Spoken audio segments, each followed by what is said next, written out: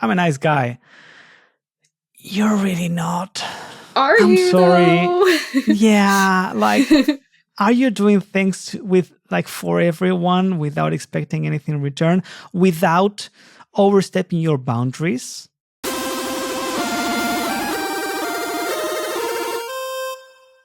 Hey everyone, I'm Alex, and I help shy, introverted nerds get over their fears and anxieties to find their prayer too. The idea is to address some of your questions, dispel some myths, and hear about the many different ways that nerds can find real relationships. April, thank you so much for coming. Thank you for having me. It's really nice to be here. You know, there's often the idea of the nice guy as it like a bad thing, and I don't like that term because that means that you can't be a good person or that you can't be kind. Mm-hmm. And many people confuse being nice with, many people confuse being a nice guy in the bad sense of the word with being a nice person, a kind person, a good person, right? I personally found more, I don't want to call it success, but let's just say that I found better feedback when I go on dates, when I'm kind, when I'm, a few years ago, I started like behaving more like a gentleman, like doing gentlemanly things because I realized that I like them. I enjoy them. Yeah. And it has nothing to do with being a nice guy. Yeah, I hate that nice guys finish last thing. Yeah. It's so gross. It's also, it's usually not nice guys. It's, let's not say guys, it's people who do things with second intentions. Right? It's like, I'll do this thing nice for you because I'm expecting you to do this for me later. Versus being good, being kind without expecting anything in return. Yeah. You know, just because you want to. Like when I start dating someone new, what I usually say is, usually as if it were that many times, what I have said is, I really enjoy like ordering like with the waiter. Like you tell me what you want and I'll talk to the waiter. It's silly. It's totally dumb. It's not that you can't do it. Yeah. It's just that I feel useful and I like feeling useful. All I want is a smile and a thank you. That's it. And I've had a few partners who at first are like, what? No, like I'm a strong, independent woman. I'm like, I know. I'm telling you, I enjoy this and I would appreciate it if you let me do this. Yeah. And they're like, okay, sure, whatever. And then after a month or two, they'd be like, you know what? I'm really enjoying this. Yeah. I even had someone, we did it for like maybe a couple months, and she went to a different country and we split up, but we're still in touch. And she said, it took me 6 months to get used to ordering my stuff again. She said, she expected you to be there. Well, she expected her guy friends to order for her, you know? And this is like a woman who was like entrepreneur, like super strong, like traveling by herself, the whole thing, right? And she said, like a month after we had split up, she went out drinking with some friends and she asked a male friend of hers, she said, can you get me a beer? And he said, get your own fucking beer. And she's like, but like, can't you like just like order it for me? Like, why would I order it? Like, you can order your own beer, right?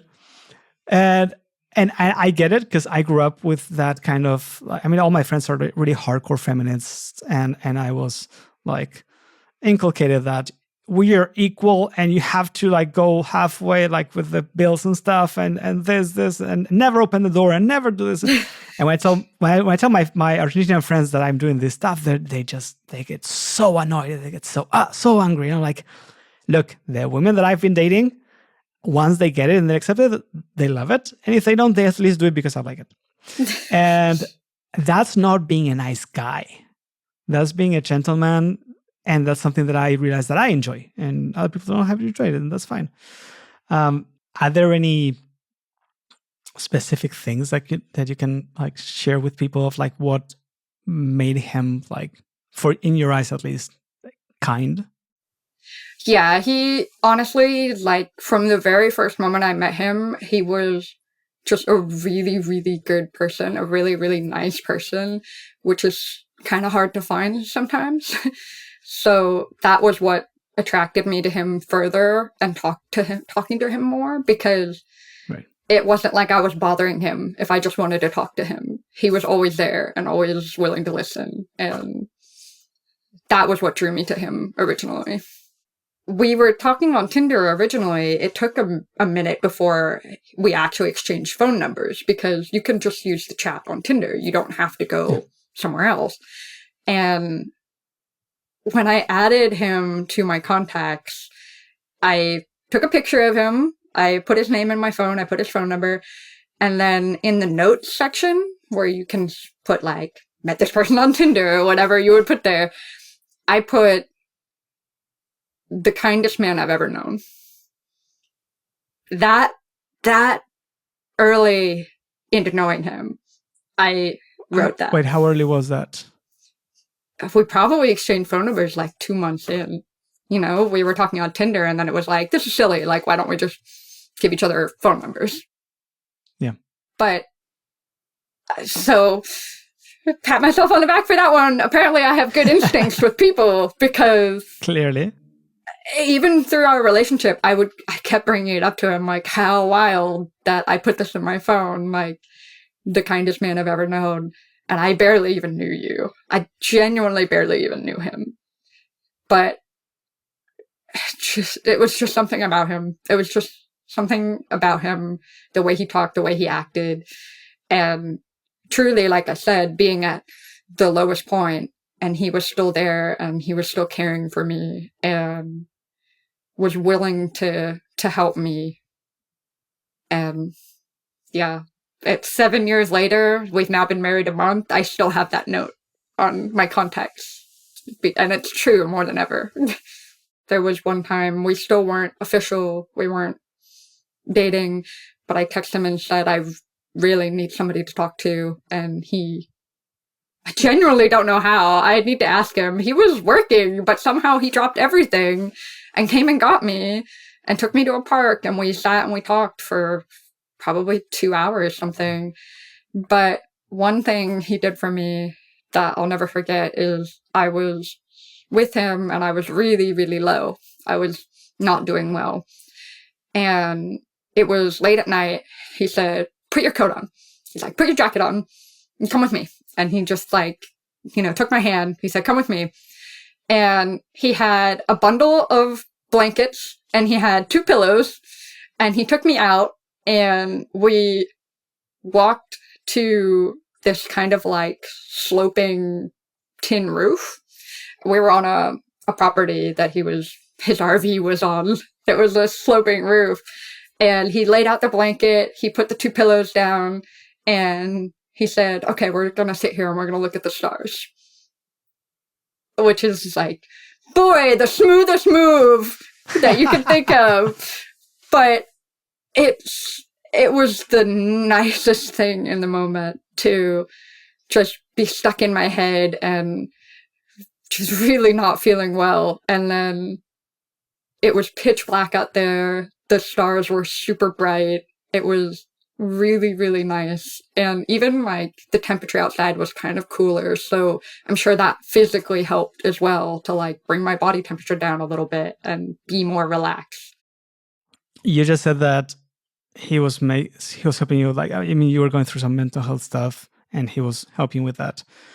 You don't have to go into details, but my main question would be, like, did you feel like you had to sort of get over it before you started dating? Like, I recently, actually, this is going to come out months later. So for everyone watching, months ago, I posted a short reel about how you don't have to, like, finish doing all the personal development work to start dating, right? Mm-hmm. So with what you were going through, and I don't know if it's ongoing or not, that's irrelevant. Did you feel at some point that you had to sort of be done with it? and be completely healed before you started dating? Or did you have any insecurities about it? Well, it's interesting that you say that, because we were very casual and upfront about not wanting a serious relationship. And that was part of it, was like, I was working on myself and trying to improve the things in my own life, because I recognize the fact that you have to love yourself before you can love someone else. And especially at that time, I did not love myself to be kind. And so I really, really was working and trying to be better. And it was in dating each other that I realized I could still do that work and be with someone. It was truly, he was doing something for me because he saw that I was struggling and wanted to help. And I think I have his mom to thank a little bit, because she was a mother of Raised three him? boys. But she was a mother of three boys, and she set out with the plan to raise gentlemen. She made a point to tell them, you hold the door for women, you compliment people, you do nice things for people, you help when you can. And so he was raised with this mindset of, if you can help someone, you help them. And he's maintained that his whole life. Everything he does is if he can help someone. We will drive down the freeway, and if there's a car stopped on the side of the road, he wants to pull over and help them. And that was so new for me, because there's always stranger danger in the US. Like, don't talk to people. Don't, just stay in your lane. I have the same. But even in the first few months of dating him, we would be driving somewhere and he'd see someone stopped and he'd say, I'm going to stop. I'm going to help them. And I'd be like, oh, anxious, like, oh gosh, something bad's going to happen. But he would pull over and he'd say, like, hey, do you need help? And they'd say, oh yeah, the tire is bad, or no, we're okay, whatever it was. He would just always help. And it was such a takeaway from what I had been used to of, like I said, people see someone who needs help and they just ignore it, or that's not my problem, or whatever. But for him, it was an opportunity. Like, that person needs help. I will not gain anything from it, but I can help them. And it was just so unique and so valuable, because how often do you see someone who's like that? And so it was the addition of all these little things that made me realize this is a really good person. And he didn't flaunt it either, because, some people will be like, oh, I'm a really nice person. And then they're maybe not, or they do some things They're usually not. Yeah. He never did. He was never like, oh, I'm a really, like, helpful person. I do all these things. It was just, I'm going to stop and help that person. Yeah. And that's just what we're doing. He was being kind, but there wasn't any, let's call it neediness, which is what some people call it. Like, he's not doing it so that you like him. He's not doing it so that you will eventually fall for him or that you will appreciate it. I've heard from, actually, when I did the interviews about the Tolkien Association, I asked my friends, like, what were some of the things that the guys were doing that you found creepy or disturbing or whatnot? And some of them said, like, they would, like, give me gifts. Huh. And we weren't even friends. It's like out of the blue. Like, sure, like we would like exchange, like group chats with, on the forum or in person with like groups of friends, but not like there wasn't an actual relationship and there was no mutual interest, right? And then I would like, they would come and be like, oh, I draw this for you, or I like I did this for you. And now that I'm thinking about it, I actually knew this girl in high school whom I never talked to. Actually, I talked to her friend and I hooked up with her friend, but that's a different story. But I thought that she liked me, but I didn't, so I just didn't do anything. And at some point she brought me, do you know the band Morphine? No. It's an amazing band. Anyway, so she I'm brought going me to find like out who they are now. Oh, it's amazing. It's amazing. It's sax, bass, and drums and voice. It's fantastic. I'm into it. So anyway, so we chatted a bit. I'm thinking her and someone else. I don't think I've ever had like a one-on-one with her. And I mentioned Morphine. I was like, I'm so into this band. It's amazing. And sometime later, she showed up with a compilation CD with Morphine. I still have it. And I was like, thank you, I guess. Like, I mean, I have the files, but okay. And I think that's what people confuse for kindness. It's unsolicited stuff with someone that you don't have a bond with. You were asking him for help, or even if not, like you were seeing things and ways that he was kind, which had nothing to do with doing something for you, or not to you, but for you, that would eventually make you fall for him or like him or whatever it is. Because like, he's not going to stop for a stranger to change a tire to have them like him. Like, most likely he doesn't have those person's details and he's never seen them again in his whole life. Exactly. And I think that's the main difference. Like, when you hear people saying, I'm a nice guy, and it's usually guys, it's also I've seen it on women, but the stereotype is guys. Any gender can be nice person. But like, when you hear like guys saying like, I'm a nice guy, you're really not. I'm sorry. Yeah. Like, are you doing things for everyone without expecting anything in return, without overstepping your boundaries? Because also, I think that's one of the, I have on my blog, I have several blog posts of like skills, and one of them is setting boundaries, right? And I think that's a very important skill, especially if we want to do kind things, because if he's in a place where he doesn't have more space to give because there's an emergency, because he's got too much going on, because of whatever it is, like, you could say, we are on opposite schedules. He's right now working or sleeping or whatever it is, which is why he's not on the podcast.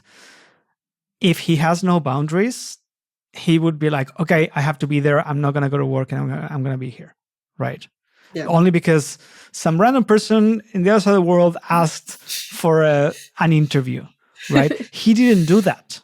So he's got boundaries, right? He's like, I'm going to do this kind thing because somebody needs it, but I'm not going to do it if it means harm to myself. I once took a first aid course, and the guy was saying, like, the first thing you do when you arrive to a scene or to whatever it is you look to see if it's safe for you. If it's not safe for you, you don't go. Period. Doesn't matter what happens, you just don't. And he gave us quite a few examples of people who didn't follow that thing, and they ended up with like disability for life or something for life, and you can help fewer people, right? Because you're not able to anymore. Yeah.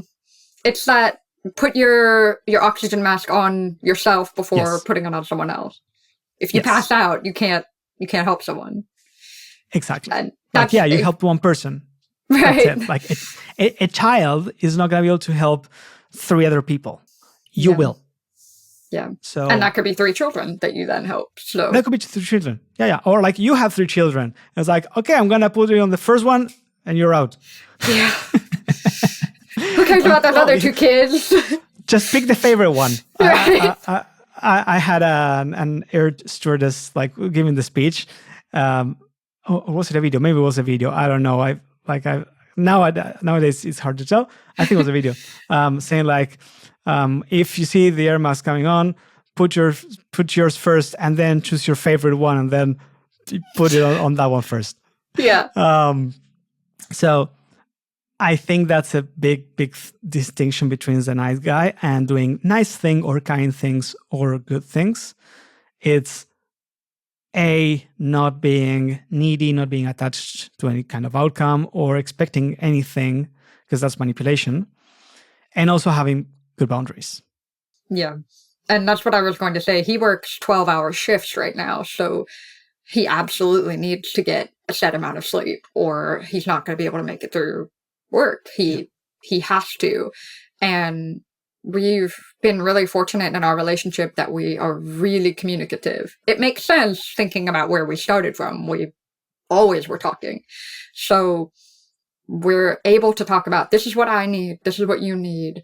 This is what I can provide. This is what you can provide. And how do we find that compromise in the middle? And so right now for him, he has to sleep during the day so he can work in the evening. So I do my absolute best to be quiet during the day so that I'm not waking him up, and, don't do anything in the bedroom. That can wait until later. It's not that important. Yeah, it's really important to just keep talking. I think it's talk to death about communication is important, but you truly don't understand until you find yourself in it how important it is. And I think that's why some relationships fail, is because people aren't comfortable enough talking. They haven't been doing it their whole relationship. And it gets tough to, after a certain period of time, to start integrating that of, oh, well, now we're going to talk about stuff because you're not used to it. Yeah. Going back to my blog, that's what I call vulnerability. That's basically that. Go read the blog. But go read the blog. It's pretty short, so go read it. Thank you so much, April, for coming, and thanks, Scott, as well, for just being kind, I guess. For being an actual nice guy. For being an actual nice guy. There you go. And everyone else, if you have any questions for April or for past or future guests, please send them to me, leave a comment, send me an email at dm@rolltoday.com or at my social media at rolltodate. And I'll see if maybe I can bring April back. Maybe we can bring Scott back. Who knows? Or so that I know what to ask in the future. April, thank you so much. And everyone, take care.